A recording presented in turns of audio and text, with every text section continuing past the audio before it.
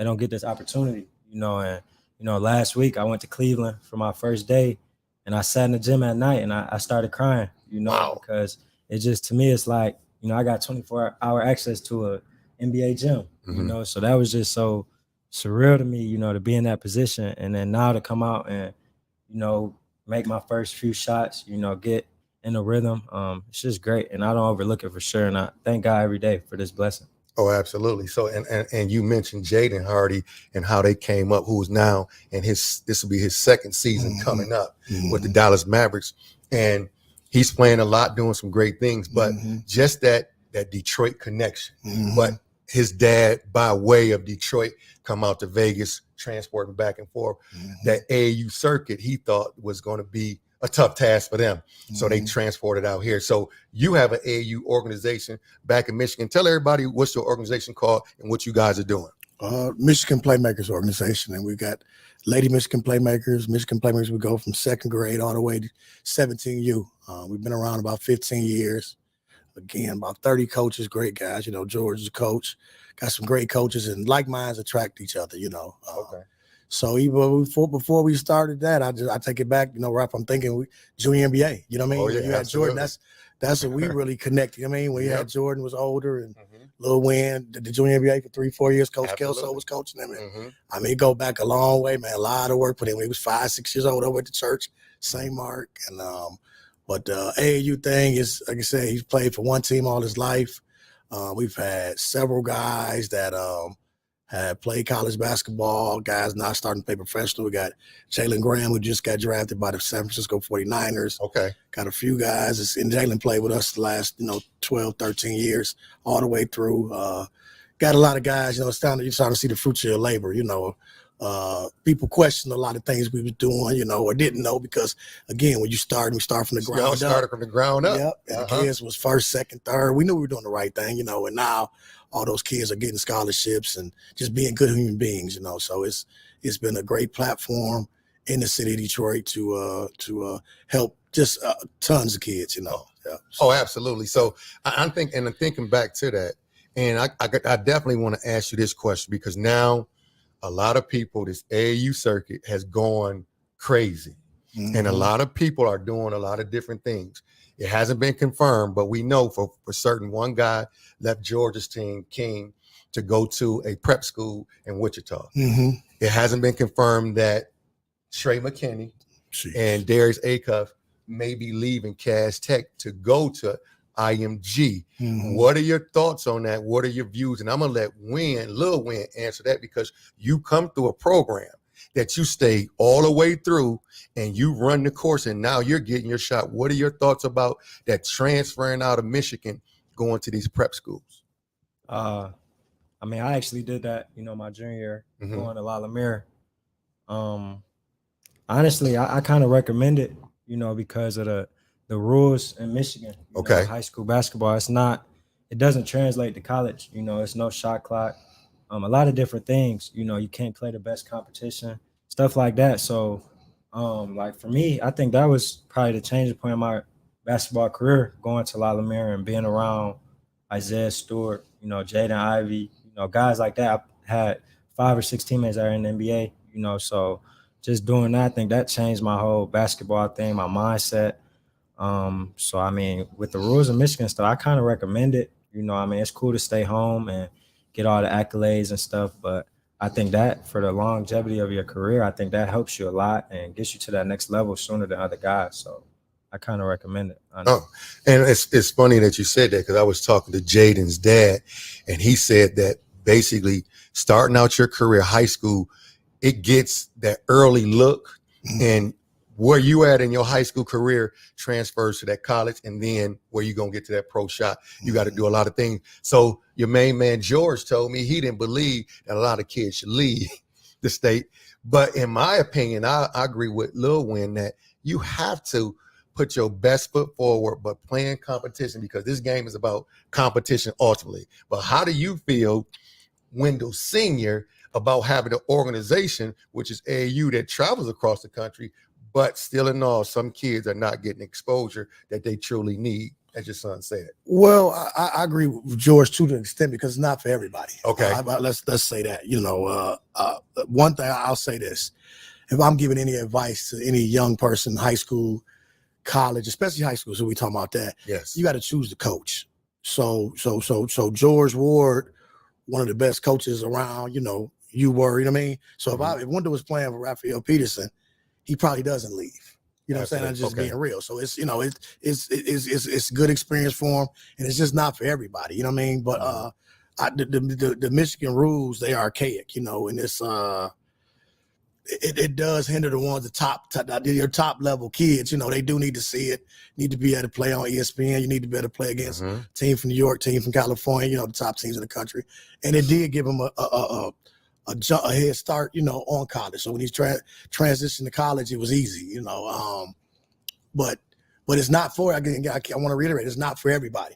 It's only for probably the top 5% of the kids in your state. You know what I'm saying? It's probably not even the top. Maybe 2 or 3%. Yeah, exactly. You know what I'm saying? Absolutely. And so a lot of kids have gone way too and come back because it wasn't for them. But I agree. I mean, we've been talking about it for years. Michigan need to change their rules. They need to do something better, But you get an opportunity on the AAU circuit to play against top level talent around the country. So that's it. Again, I'm huge on. I know, even though I'm retired for coaching now. I'm huge on coaching. So if you're getting coached up in AAU, you're getting coached up in your high school, you don't need to make a transition. You know what I'm saying? Now, if you're not, then maybe you should transition into another team, to a prep school or whatever. But if you're getting coached up, it's something different. Because coaching it's important. We watching guys just in the NBA Summer League that can't think the game, that are talents, that have been just out there playing, running up and down the court. So you got to better think the game of basketball, and your talent only gonna take you so far. So let me add to that point. See, I think this is really the bigger picture for me, because a lot of people are trying to go pro in life, and we already know that in sports. I mean, a lot of people think that they're going to the NBA or to Major League Baseball, whatever you have it. But the thing is, a lot of other people are trying to go pro in life. So I'm thinking having that experience, meeting all those different people, like you said, Jaden Ivey, Stewart, all those guys that you're playing with, great competition. Some are going to make it and some are not. But how should you position yourself in terms of getting your degree, getting prepared as a pro in life? What do you think that young people should be concentrating on along with their sports? I would say, my parents always told me school first. Okay. So I had my dad for the athletic side. My mom was always school. They both were, but my mom really school. So I think that's the main thing. I went to Country Day, so I took school very seriously my whole life, and it's just the mental thing. I think you have to be able to do more than one thing, at a high level. So I think that just prepares you for life, because, it's not just basketball. Like, it's not always just going to be your sport, for the rest of your life. You got to do other things. Like, when I get older, it might be real estate. It might be whatever it is. Like, you're going to have to do other things on the side, because your sport ends eventually, So just knowing that starts at a young age of just school. You don't have nothing else to do as a kid except school and work out for your sport, So other than that, I think that just gets you prepared for when you're older. Like, even older than me right now, you're doing different things with your sport and being a pro. So, and let me add to that emphasis. So, Lala Mears' average ACT score was 26. So it wasn't your typical prep school with some of these places you name that they just go as just basketball. Or your Lala Mir, I think Chief Justice Roberts went there. I mean, it's on par with Country Day. Okay. So it's one of the top schools, academically in Indiana, around, just like Country Day is one of the top schools in Michigan. So that was huge too. So, you didn't want to take a route where you just going just to hoop. That's not, that's not the message you want to give. But a lot of these prep schools are. That's what I said. You got to do your research. You got to really, it's not for everybody. You know what I mean? You go into prep school, and you may be taking 3-4 classes online, or you may be going to the local high school. That's, not serious. So you got to be careful. That's most of it. It's not a lot of mirrors. You know what I mean? Yes. That's academic strong. plus the athletics, so. Oh, so going to that, what we talking about those academics. And so I keep saying this a lot to a lot of the young people I talk to when I get a chance to, because that career is short-lived as an athlete. And hopefully we're going to have this brother on who is now a sports agent, and which his name is Will Jackson Spencer. He is one of the top agents now. Mm-hmm. He just got landed the number 2 draft choice. Okay.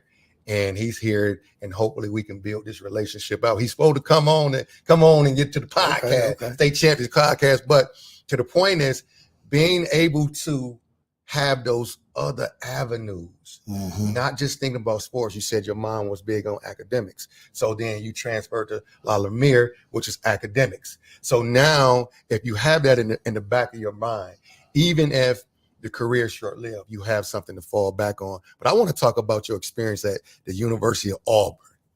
Down there, I'm seeing you, watching you on TV. We getting calls. They talking about Lil Wayne killing them. He shoot the tray ball. I think I was in Foot Locker one day, and he shot it from half court. He shot it from it, go crazy. So tell us about that experience down there in Auburn, man. Coming from Detroit, going down to Auburn. What was it like in that experience playing for Bruce Pearl?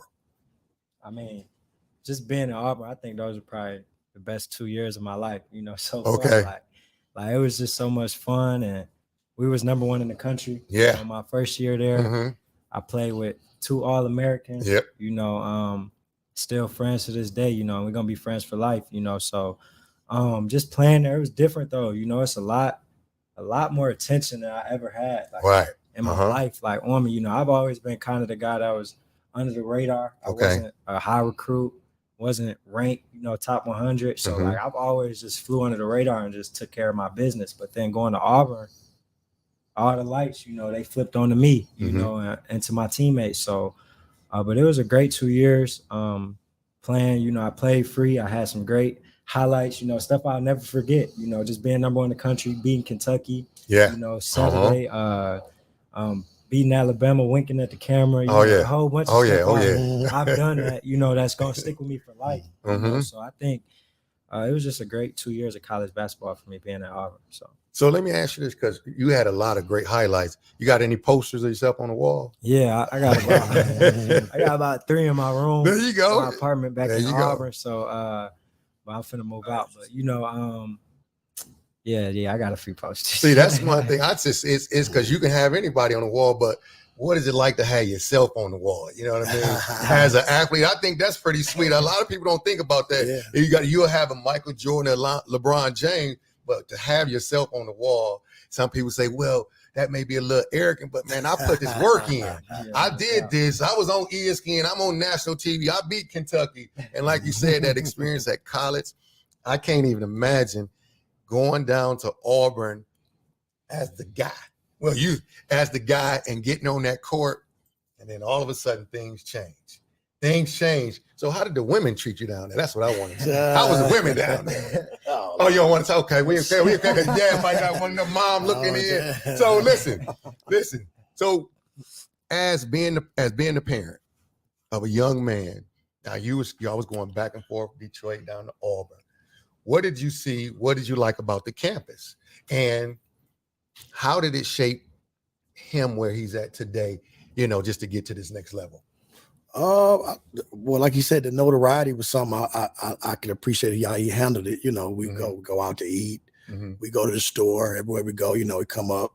He was very humble, because kids wanted his autograph pretty much all over town, everywhere we went. After games, we probably wait 30 minutes to go outside the game. You still got, people waiting for you. People still waiting for you, So he's very gracious, and humility is one thing, we try to teach him all his life about, and he did a good job with that, just always smiling, taking a picture of people, signing T-shirts, and I think that just helps mold you into, being a good person, Yeah. As a parent, all we want is our kids to be better than us, actually. Be better than us, absolutely. To emulate the good stuff we do, and please don't do the bullshit we do. There you go. So I see that, the best of him and my daughter, Okay. I see, just they really took, taking the things that we taught them, and shared it. Again, it's just been a blessing to other people. You know, it's again you had handicapped people and all different walks of life. I've seen him all over the country. You know, Auburn, because we've been to Bahamas and they played in Mexico and just everywhere, California, all over the country. You know, and I've seen the love and support that people are giving him, but then the humility and how he has handled, you know, the stardom, you know, whatever, success, you know, absolutely. success, you know what I mean? And but I'm gonna get it. I think we're gonna toast that, because I think that's really truly a reflection of the family, mom and dad, and y'all, the upbringing and teaching him, hey, regardless of how big you get, you always got to stay grounded. Always make sure you take care of those people that took care of you, and be gracious and be humble in that case. So we're going to toast to that real quick. Because on State Champions Podcast, where it's always a celebration, that's what we do in the basement. We do it in the basement all the time. So I think that's always a great thing to do. But I want to say this. I got this question for you. What is the weirdest thing as a star at Auburn that you had to sign? Uh-oh. You want me to tell mine first? Yeah, go ahead. All right, so this is back in the day for everybody. I was a little nice back in the day. Boise State. I signed to Boise State in 1988. So, like you said, Boise was the only show in town, okay? So I would have to wait 30, 40 minutes before I could even leave the gym. So I understand. Probably not like at Auburn, but it was crazy like that. And came out one day, and the lady was there with some kids. It was more kids and everything. Y'all know what she asked me to sign? Her forehead? What? No. The twins. It was the craziest thing. My first autograph ever. That was my first. I was like this. Now I'm coming from the D. And making sure that I'm like this, man. Like, hey, I'm scared, because am I gonna get in trouble for this? You understand what I'm saying? I'm not sure what I'm supposed to do, but I looked at the coaches. They was just like looking at me like, go ahead. But anyway, man. So what was the weirdest thing you had to sign?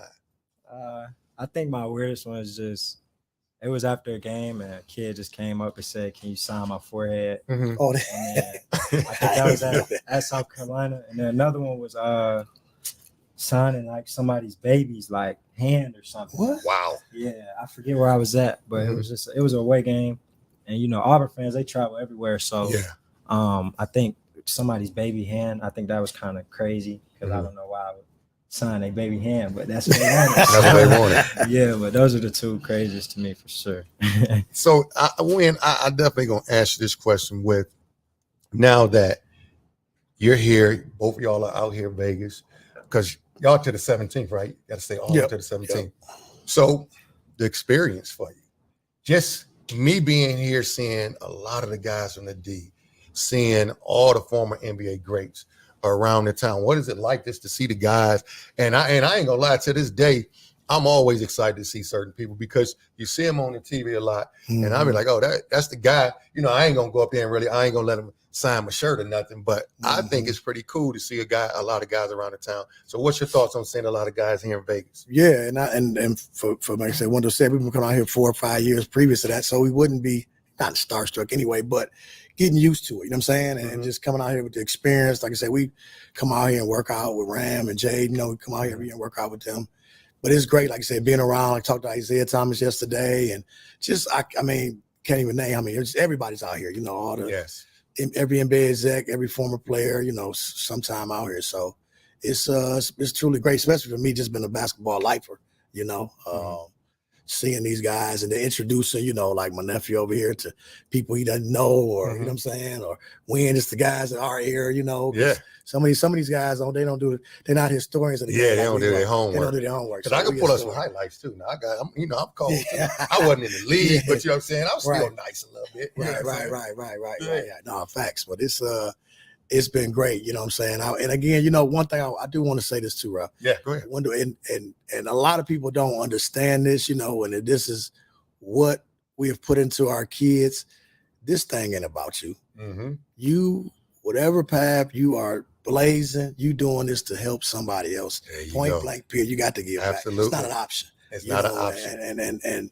And for me, without going too deep into it, I think if we would just have had that with everybody coming to Detroit, we would be a bit better place, a different place. You know what I'm saying? Like, so when it's not even an option. You got to give back. He came and spoke at camp 2 weeks ago. He came and helped out at camp.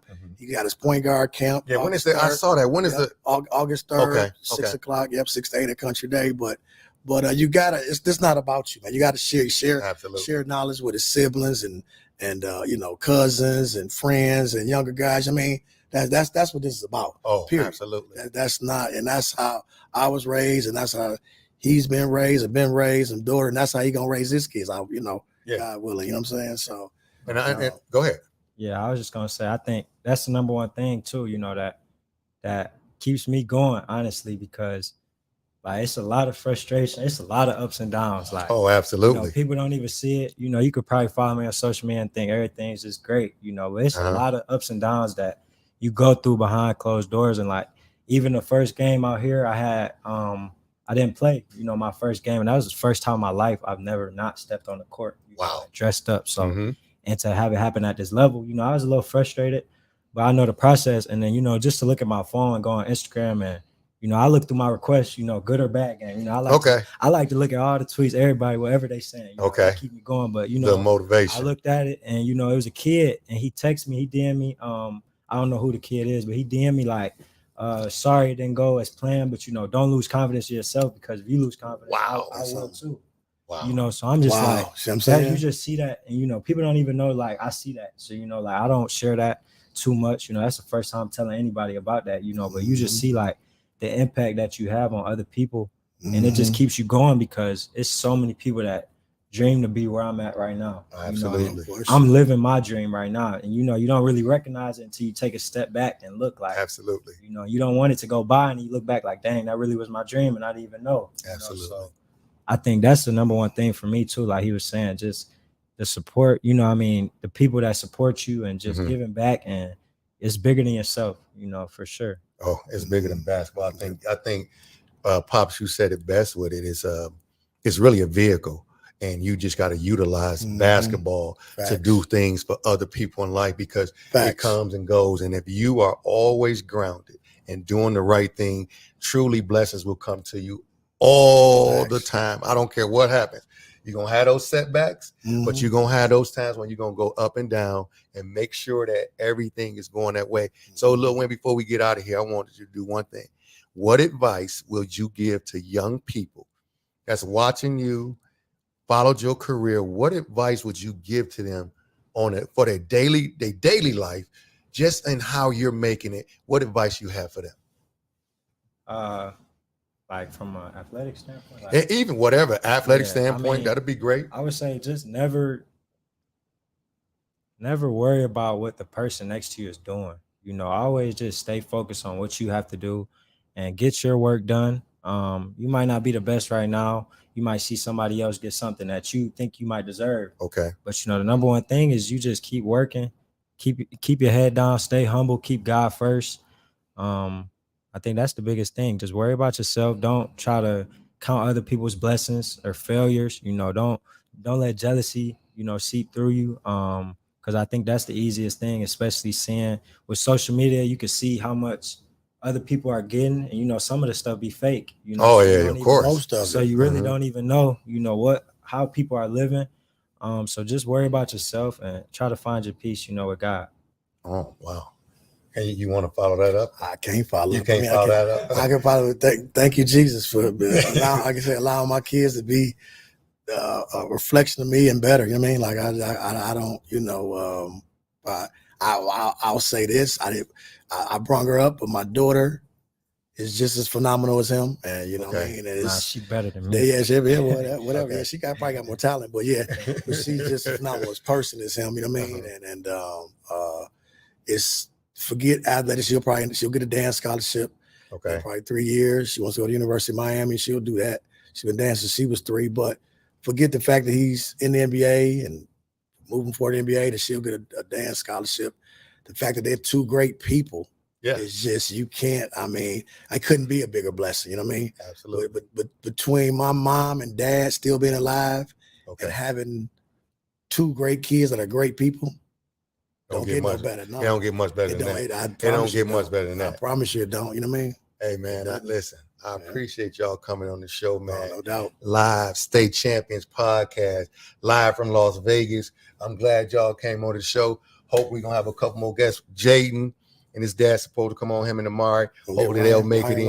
We'll get Ryan maybe. Yeah, we'll be trying to get him in here, trying to get a couple guys in here. So we're going to wrap it up with that intro, State Champions Podcast. Peace, man, and we out of here. No doubt. So we appreciate y'all, man. It's just big time. Thanks, Ralph. No doubt. Appreciate it. Yeah. The champ is here.